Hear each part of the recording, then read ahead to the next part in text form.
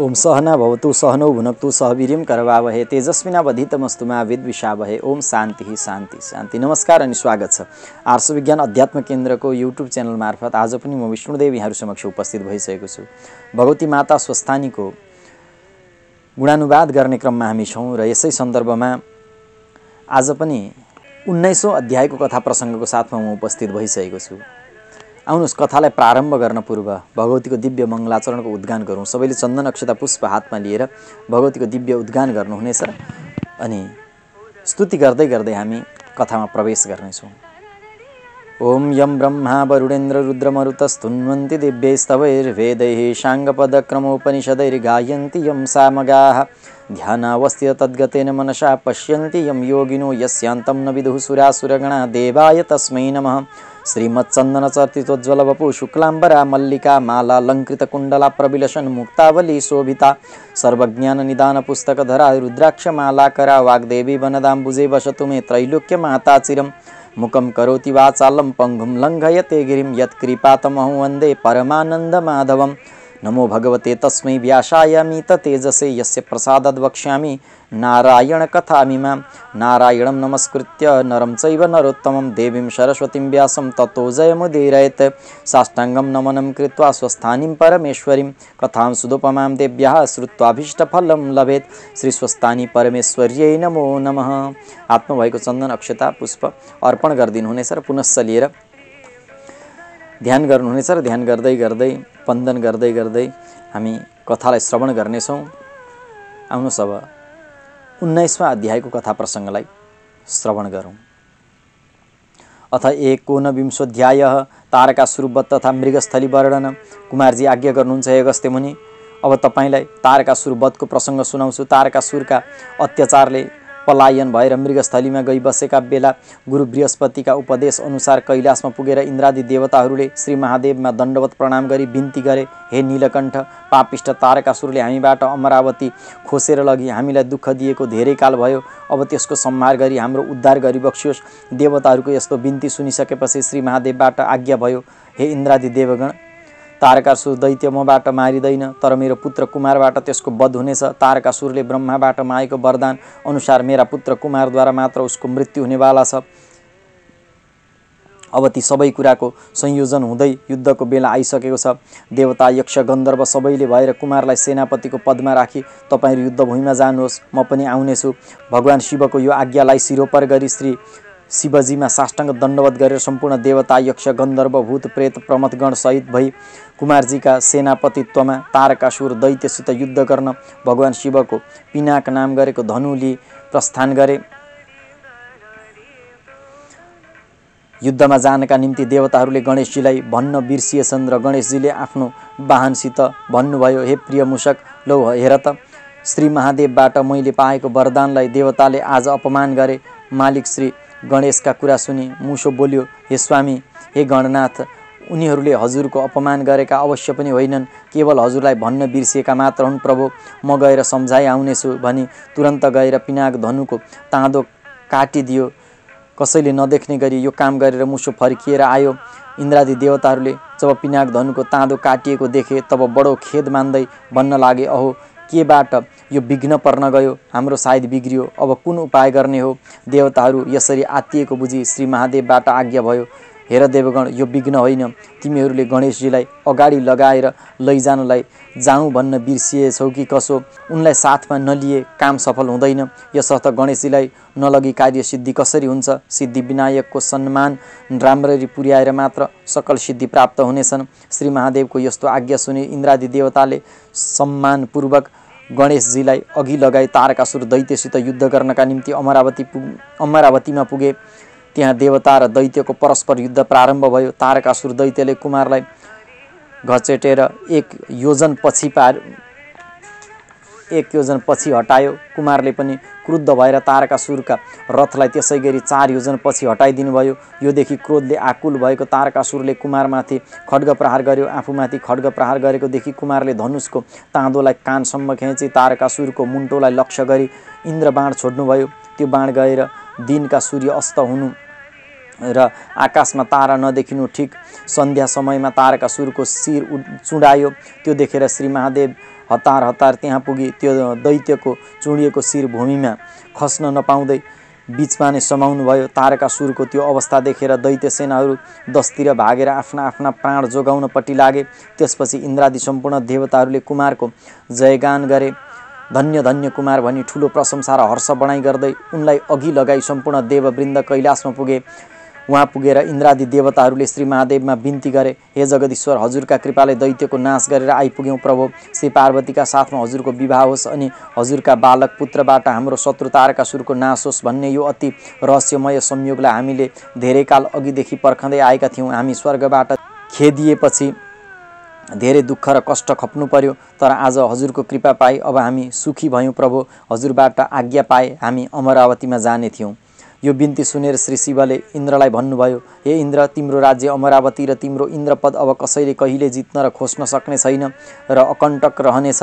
यस्तो आशीर्वाद स्वरूप बाणी सुनेर अति प्रसन्न भएका इन्द्रसहित 33 कोटी देवताले श्री महादेवलाई साष्टाङ्ग दण्डवत गरी अमरावतीमा गएर आनन्दले राज्य गर्दा भए। हे अगस्त्य मुनि, श्री कुमारको जन्म, श्री गणेशको जन्म, तारकासुरको जन्म अनि देवता र तारकासुरको युद्ध र तारकासुरको मृत्यु भएको र देवताहरूले अमरावती प्राप्त गरेका कथा तपाईँलाई सुनाए। अब के सुन्नको इच्छा छ? कुमारको यस्तो आज्ञा सुनि अगस्त्यजीले निवेदन गर्नुभयो, हे कुमारजी, शिवपुत्र कुमार र गणेशका अरू शुभ चरित्रका कथा सुन्न साह्रै मन लागिरहेको छ, कृपापूर्वक सुन्न पाऊँ। यो सुनेर कुमारजी आज्ञा गर्नुहुन्छ। हे अगस्त्य मुनि, कुमार र गणेश दिनानुदिन ठुला हुँदै जानुभयो।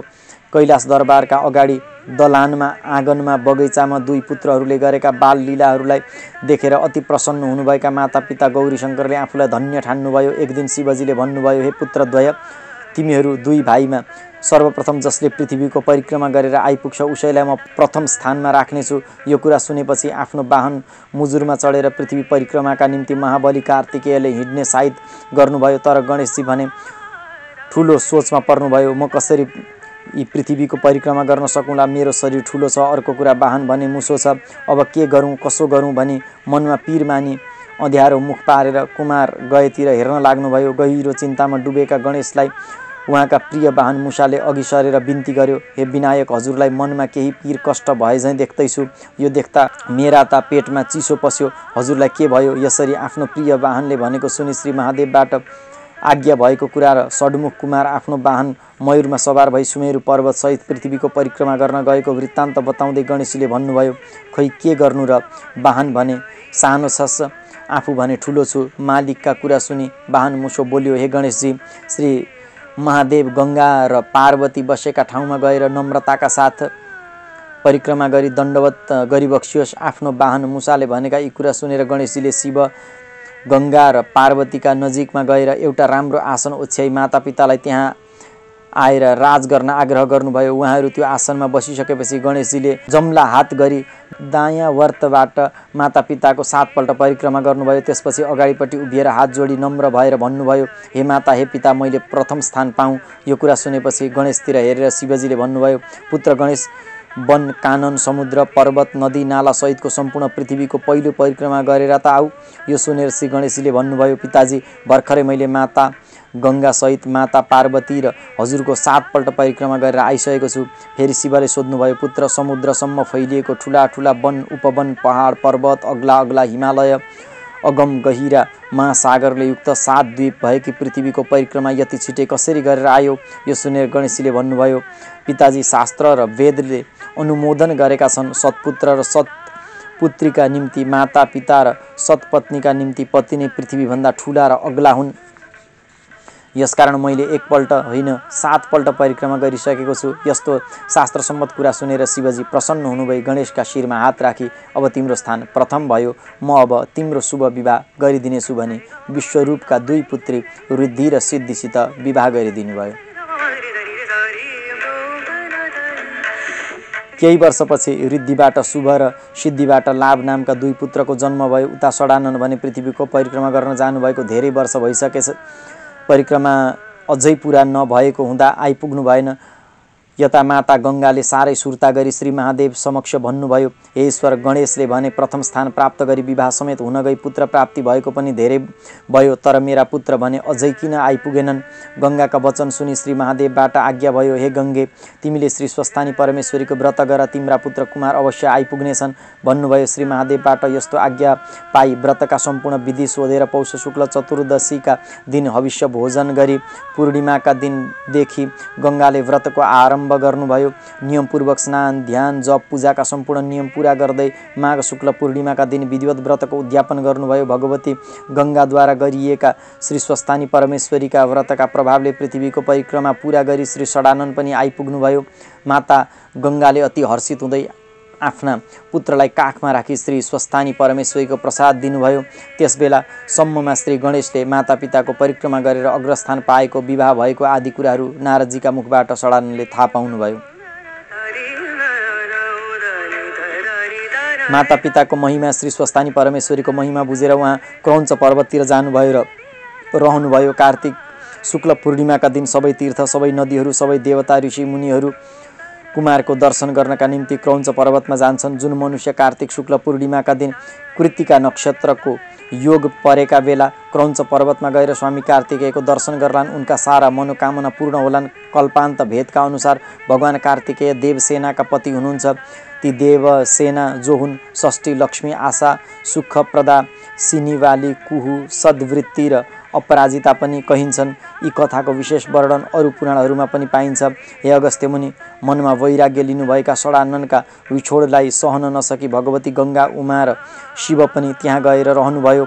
भगवान शिवले आफ्ना 12 ज्योतिर्लिङ्गमध्ये एक लिङ्ग चाहिँ श्री मल्लिकार्जुन भएर त्यहाँ रहनुहुन्छ।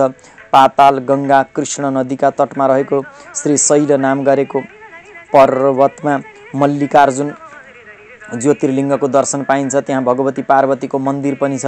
त्यहाँ पार्वतीलाई भ्रमराम्बा नामले पूजा आराधना गरिन्छ।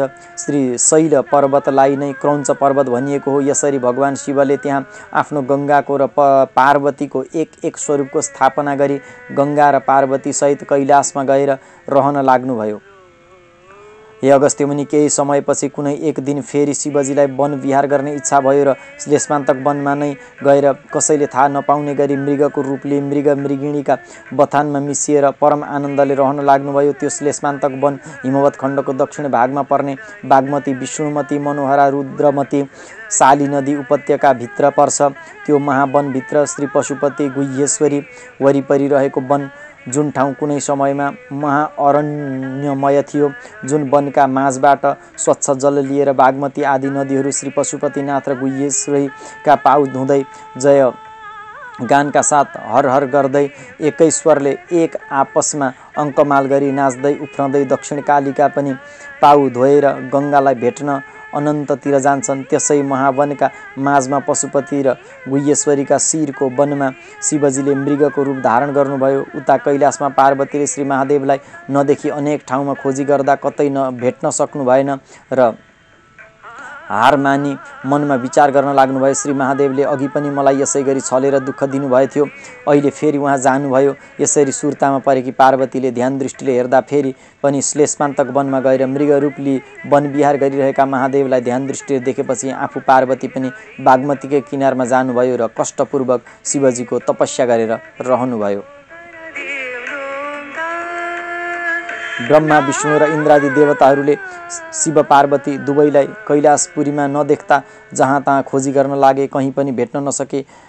हार मानी दक्षिणबाट फर्किएर उत्तरतिर आउँदै गर्दा बागमतीका दायाँ किनारमा तपस्या गरेर बसिरहनु भएकी पार्वतीलाई देखि प्रणाम गरी बिन्ती गर्न लागे, हे पार्वती, हे जगदीश्वरी, हजुर र श्री महादेव कैलाशमा नरहनाले ब्रह्माण्ड नै शून्य जस्तो भयो। हामीमाथि करुणा राखी श्री महादेव कहाँ भइबक्सन्छ बताइदिए बक्सियोस्। अनि हजुर पनि किन यस्ता एकान्त ठाउँमा राज भइबक्सेको हो? हे माता, आज्ञा होस्। देवता सहित ब्रह्मा, विष्णु र इन्द्रबाट यी कुरा सुनि पार्वतीबाट आज्ञा भयो, हे ब्रह्मा, विष्णु, इन्द्रादि देवता, श्री महादेव यहीँ कतै आउनु भएको छ र म उहाँकै आराधना र तपस्या गरी यहाँ बसेकी छु। यो श्लेष्मान्तक महावनका नैऋत्य कोणमा एउटा ठुलो पोखरी छ। त्यसैका वरिपरिका क्षेत्रमा श्री महादेव मृग रूपले वन क्रीडा गरिरहनु भएको छ। त्यो मृगको रङ्ग सुवर्ण झैँ छ। नेत्र चाहिँ 3वटा छन् अनि सिंह भने एउटा मात्रै छ। त्यो सुवर्णमय मृग जो हो जेर मध्येको सबैभन्दा ठुलो देखिन्छ। तपाईहरू गएर पत्तो लगाउनुहोस् अनि अवश्य श्री महादेवको दर्शन पाउनुहुनेछ। श्री पार्वती माताको यस प्रकारको आज्ञा सुनि ब्रह्मा विष्णु र इन्द्रादि देवताले त्यो ठाउँमा गएर वरपर खोजी गरे, तर कतै पनि पत्तो नलागेको हुँदा सबै मिलेर श्री महादेवको स्तुति गर्न लागे। स्तुति गर्दै गर्दा त्यसै बखतमा धेरै मृगका बगालका माझमा पार्वतीजीले बताउनु भयो जस्तो सुनौलो रङ्गको 3वटा आँखा, एउटा सिङ भएको अत्यन्त राम्रो र सबैभन्दा ठुलो, चिल्लो, बलियो, बडो शोभायमान मृग देखा पर्यो। जसरी नीलो आकाशमा तारागणका माझमा पूर्णिमाका चन्द्रमाको शोभा देखिन्छ, त्यसै धेरै मृगका हाँचका माझमा रुद्र मृगको शोभा देखियो। टाढैबाट चिन्न सकिने त्यो मृगलाई ब्रह्मा विष्णु र इन्द्र तीनैजनाले एकैचोटिदेखि नजिकमा गएर अनेक स्तुति गर्न लागे। हे ईश्वर, कैलाश शून्य भएको धेरै काल भयो। हे करुणामय, हामीमाथि करुणा राखी दर्शन बक्सियोस्। यस्ता तरहले अरू पनि विनम्र भावले स्तुति गरिरहेका ब्रह्मा विष्णु र इन्द्रलाई देखि रुद्र मृग उफ्रिएर केही पर पुगी उभियो।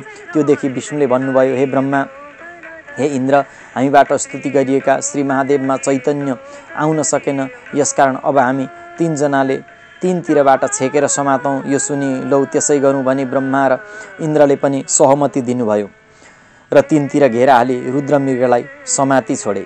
समाउन खोज्दा तीनैजनाको हात एउटै सिङमा पुगेछ। त्यो सिङका फेदमा विष्णुले, माझमा ब्रह्माले र टुप्पामा इन्द्रले समाएछन्, तर मृग भने अन्तर्धान भएछ। तीनजनाका हातमा एउटा सिङ मात्र रह्यो, त्यही पनि बलपूर्वक समाइएका हुनाले 3 टुक्रा भएर भाँचिएर तीनजनाका हातमा एक एक गिँड रहि पर्यो। यस्तो भएको देखेर ब्रह्मा विष्णु र इन्द्रलाई ठुलो पश्चाताप भयो। अहो, आज हामीबाट ठुलो अपराध हुन गयो। हामीले नगर्ने काम गर्नसम्म गऱ्यौँ, अब कसो गर्नु भन्दै एकै ठाउँ बसी अपराधको क्षमा माग्दै श्री महादेवको स्तुति गर्न लाग्नुभयो। ब्रह्मा विष्णु र इन्द्रका स्तुतिबाट प्रसन्न भएर श्री महादेवले ज्योति रूपको दर्शन दिनुभयो। अनि ब्रह्मा विष्णु र इन्द्रले अति हर्ष मान्दै बार बार साष्टाङ्ग दण्डवत गर्नुभयो। तब श्री महादेवबाट आज्ञा भयो, हे ब्रह्मादि देव, तपाईँहरूका भक्ति र स्तुतिबाट म सन्तुष्ट छु। इच्छा अनुसारको वरदान माग्नुहोस्। श्री महादेवको आज्ञा सुनि, हे शम्भो, हजुरमा हाम्रो भक्ति सदा सर्वदा हाम्रा हृदयमा रहिरहोस् भनी ब्रह्मा विष्णु र इन्द्रले बिन्ती गर्नुभयो। श्री महादेवले पनि तथास्तु भनी वरदान दिनुभयो। फेरि ब्रह्मादि देवताले हात जोडी क्षमा माग्दै भन्नुभयो, हे सर्वेश्वर, हजुरको मृगरूप अवस्थाका सिङलाई हामीले 3 टुक्रा पारेकोमा हामीले गरेका अपराधको क्षमा होस्। अनि अब यी भाँचिएका सिङका टुक्रा कहाँ राखौँ त्यो पनि आज्ञा होस्। यस्तो बिन्ती सुनि श्री महादेवबाट आज्ञा भयो, तपाईँहरूलाई यसमा कुनै अपराध लाग्ने छैन। सिङका गिँडहरूमध्ये इन्द्रका हातको स्वर्गलोकमा, ब्रह्माका हातको मर्त्यलोकमा, पाशुपत क्षेत्रभित्र पर्ने बागमती तटको गोकर्ण भन्ने स्थानमा र विष्णुका हातको पातालमा लगेर स्थापना गर्नुहोस्। हे अगस्त्य मुनि, श्री महादेवको यति आज्ञा पाएर आफ्ना आफ्ना हातमा भएका ती सिङका गिँडहरूलाई यथायथा स्थानमा स्थापना गरी ब्रह्मा विष्णु र इन्द्र हर्षका साथ श्री महादेवलाई साष्टाङ्ग प्रणाम गरी आफ्ना आफ्ना लोकमा जानुभयो। ब्रह्मादि देवता विदा भएर गइसकेपछि श्री महादेव पनि आफ्नै रूप लिई बागमतीका किनारमा पुगे। त्यहाँ तपस्यामा रहेकी पार्वतीलाई काखमा लिई अन्तर्धान हुनुभई कैलाश पर्वतमा जानुभयो।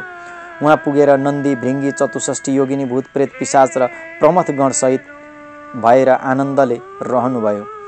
जय जय श्री स्कन्द पुराणे केदार खण्डे माघ महात्म्य कुमार अगस्त्य संवादे श्री स्वस्थानी व्रत कथायम तारकासुर वध मृगस्थली क्रीडा वर्णनम नाम 19विंशोत्सवः। ओम उपनयतु मंगलम सकल जगन मंगलालय श्रीमान दिनकर किरण नवोदित नवनलिन दल निवेक्षण श्रीकृष्ण काले वर्षतु पर्जन्य पृथ्वी शस्यशालिनी देशोऽयं क्षोभरहितो ब्राह्मणाः सन्तु निर्भयाः अपुत्राः पुत्रिणः सन्तु पुत्रिणः सन्तु पौत्रिणः निर्धनाः साधनाः सन्तु जीवन्तु शरदां शतम्। तत्रैव गंगा यमुना च तत्र गोदावरी सिन्धु सरस्वती च तीर्थानि सर्वाणि वसन्ति तत्र यत्र च्युतोद्धार कथा प्रसंगः। या कुन्देन्तु तुषारहार धवला या शुभ्रवस्त्रावृता या वीणावरदण्डमण्डितकरा या श्वेतपद्मासना या ब्रह्माच्युत शंकर प्रभृतिभिर्देवैः सदा वन्दिता सा मां पातु सरस्वती भगवती निःशेषजाढ्यापः। कायेन वाचा मनसेन्द्रियैर्वा बुद्ध्यात्मना वा प्रकृतिस्वभावात् करोमि यद्यत् सकलं परस्मै नारायणायेति समर्पयेतत्। अनन्यचेतसा भक्त्या श्रुतं यच्च कथामृतं समर्पयामि तत्सर्वं स्वस्थानीं परमेश्वरीं श्री स्वस्थानी परमेश्वर्यै नमो नमः। कृपया हातमा भएको चन्दन अक्षता पुष्प अर्पण गरिदिनु हुनेछ। बडा श्रद्धा र प्रेमसँग यहाँहरूले श्रवण गरिदिनु भयो र 19 अध्यायको कथा प्रसङ्ग सँगसँगै आजको कथा प्रसङ्गलाई अब हामी यही विश्राम लिनेछौँ। यो श्रद्धा र प्रेमपूर्वक श्रवण गरिदिनु भएकोमा यहाँहरूलाई हार्दिक आभार, हार्दिक धन्यवाद प्रकट गर्दछु। तपाईँको व्रत पूर्ण बनेर जाओस्, सार्थक बनेर जाओस्, यही प्रार्थना भगवानका चरणमा अर्पण गर्दै म पनि बिदा हुन्छु। लोका समस्ता सुखिनो भवन्तु।